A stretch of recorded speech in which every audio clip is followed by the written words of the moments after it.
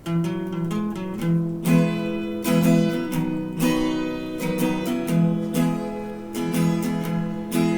boy pai tung cha nan nai lei tu na sual na kapung zum tu dung to ni tinin kan tam sin sin kan boy pai ning han na ko zum tu po ngai chiao manu ka fa na lam zin zo mi sau sal ni ko kan sual na mua phuangin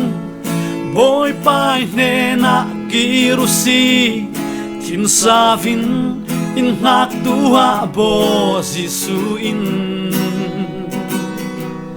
kan rang cha le moi lang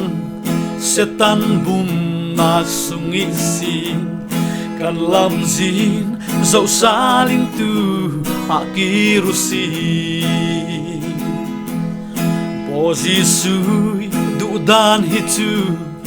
leitlun siam ral mei dinga buai kan chan tra kan mang ral ding hi tu in siang lo kan rang thaso sia thei lo van ramakin kan rau khol ding ranga hin buai in ti kan sual na mua phuangin boy pai ne na kirusi thin savin in nak tu a bo jisu in kan rang cha le moi lang setan bum na sungi sin kan lam zin zo salin tu a kirusi Pathian fa pol kan nun dam tha te in vun ruat manu tha cham pai lo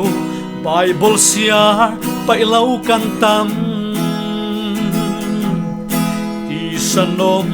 nak long ruatin kan chan kan liam ter hi chu boy pan in siang lo na lam sin sau sa lo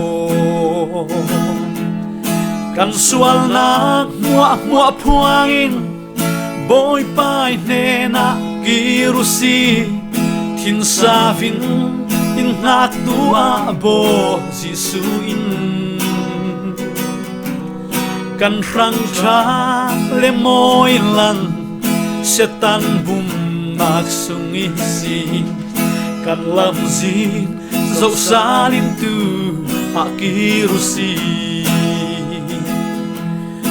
arei la na sumparin mi piang thar in lord ding in kan bo jisu atung ding arei lo ding kan dan fel lo hu ale kan thin lung ruwa sual na chu ta nin thian lim na lam zina fe si kan sual na mua phuangin boy pai ne na kirusi thin savin in nak tua bo jisu in kan rang cha le moi lang setan bum nak sungi sin kan lam zin zo salin tu akirusi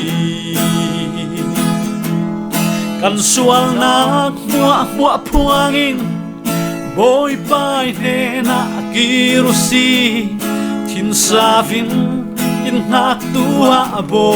jisu in kan rang cha le moi lang setan bum nak sungi sin kan lam zin zo salin tu akirusi